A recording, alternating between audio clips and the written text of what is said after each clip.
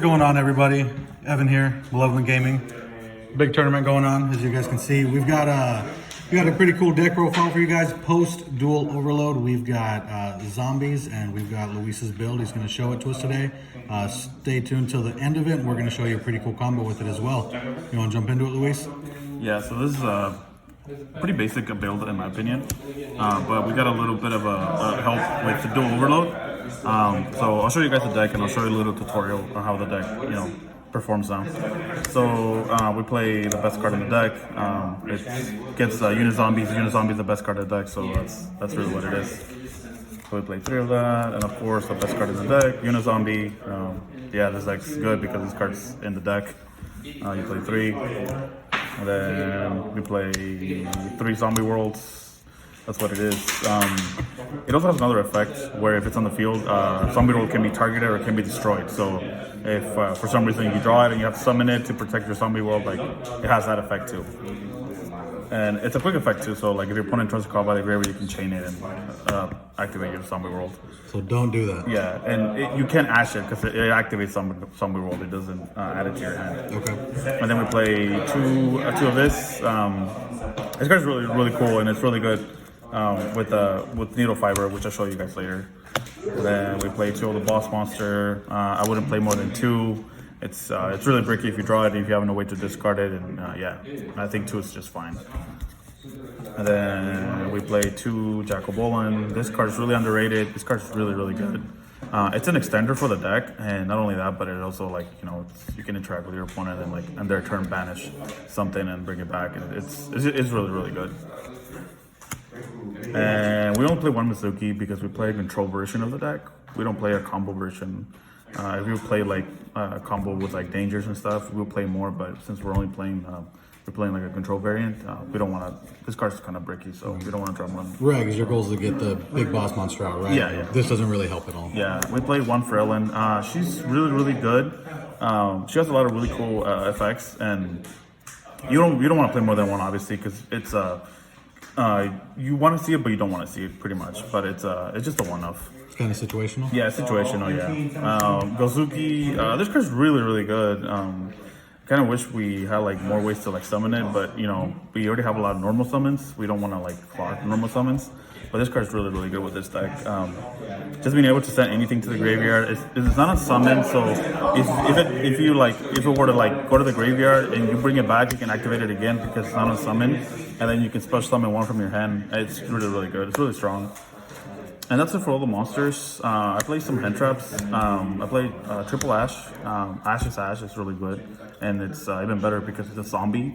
And I also play Ghost Spell. It's also a zombie.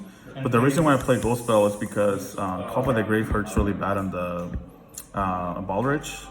So being able to negate Call by the Grave is really strong. And well, they're zombies. So they'll also trigger his effects. Yeah. So that's it. That's all the monsters I play for the deck. The next cards are literally just zombie worlds. So we played triple zombie world. Of course, it's a zombie deck. Another zombie world. Technically another zombie world, but it also has a lot of utility. There's a lot of other cards in the deck that just that are really great in the graveyard, but it's technically another zombie world if you don't have zombie world. So this is the main focus of the deck, zombie world. And then I play the broken one of 1 for 1. This card's insane. I play triple super poly because with zombie world, everything becomes zombie on the field, so you can super poly away into the fusion, which I'll show you guys in a little bit. So yeah, this card's really good. This deck is really strong. And then triple Call by the Grave.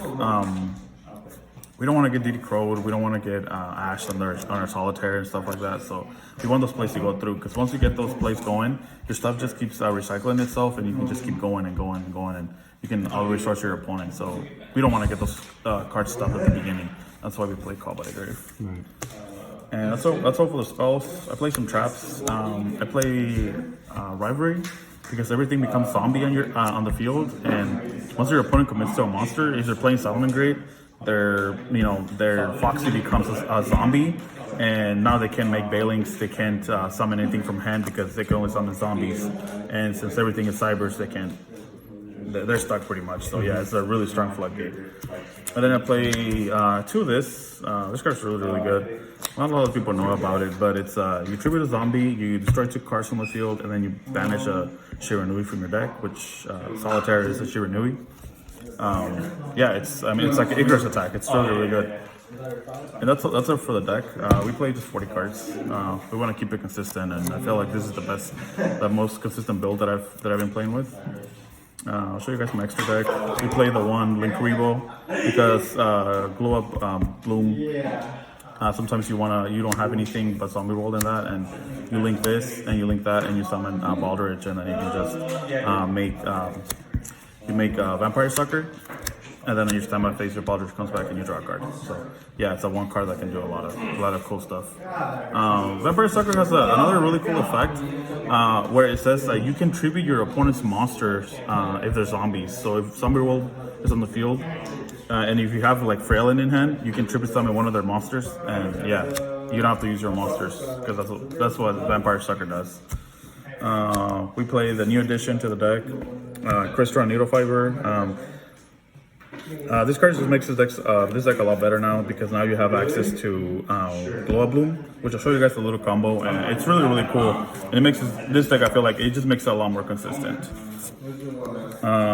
Just utility, Phoenix. We play IP because we have a lot of like ways to make Link 2s, and IP is really strong. Obviously, that card's really good. And we play some cards to go with IP. We play Unicorn.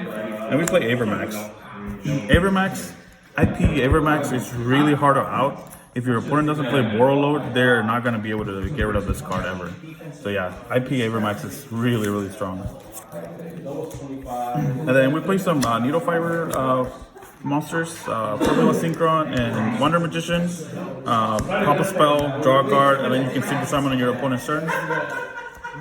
And then we play Omega because we can make a level 8.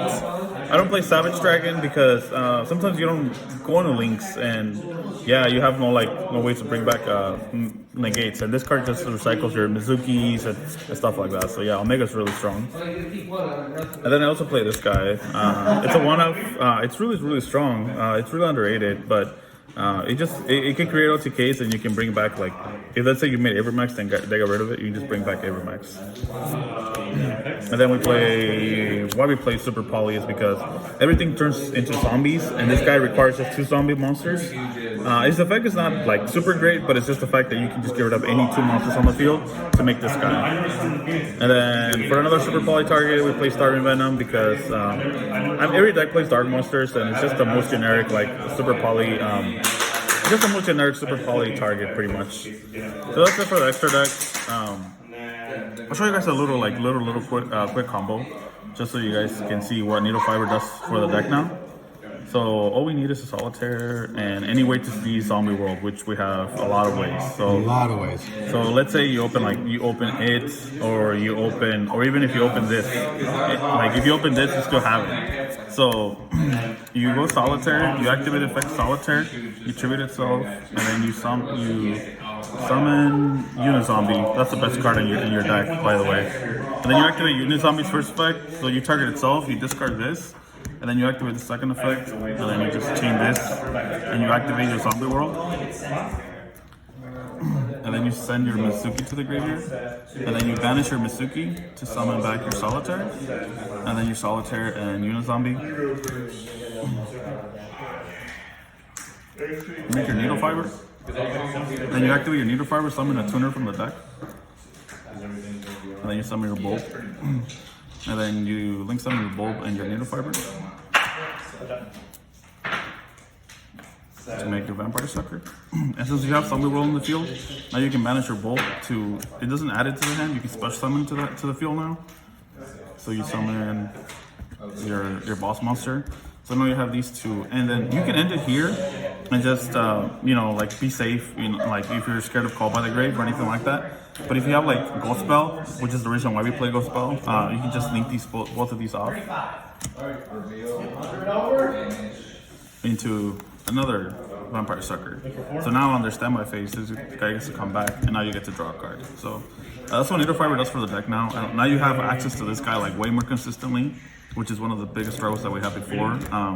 Other than like just dumping it and not having Vampire Sucker, we had no way to like really make this happen less consistently. Right. But with Solitaire now, it's just so much easier, and it's just it makes the deck a lot stronger now. And this card is just insane. So a lot more consistency thanks to needle fiber. Yes, needle fiber does add a lot. And like I said, if you have another extender, you don't have to link up the needle fiber. Yeah. You can do other plays, and then you can on their turn you can like tribute it and then summon one of your other targets. You can summon one of these or one of these. But yeah, you just the deck just gets a lot better in my opinion. Yeah, sounds good. Awesome.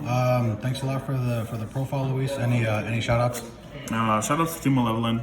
Obviously, right now it's kind of a hard time for everyone, so we're just trying to, keep everybody entertained as much as we can, and hope you guys like the content. And we're gonna be bringing more videos with some of the new stuff that came out. So hopefully you guys can maybe use our ideas and give us a like. Yep. Awesome, guys. Stay tuned.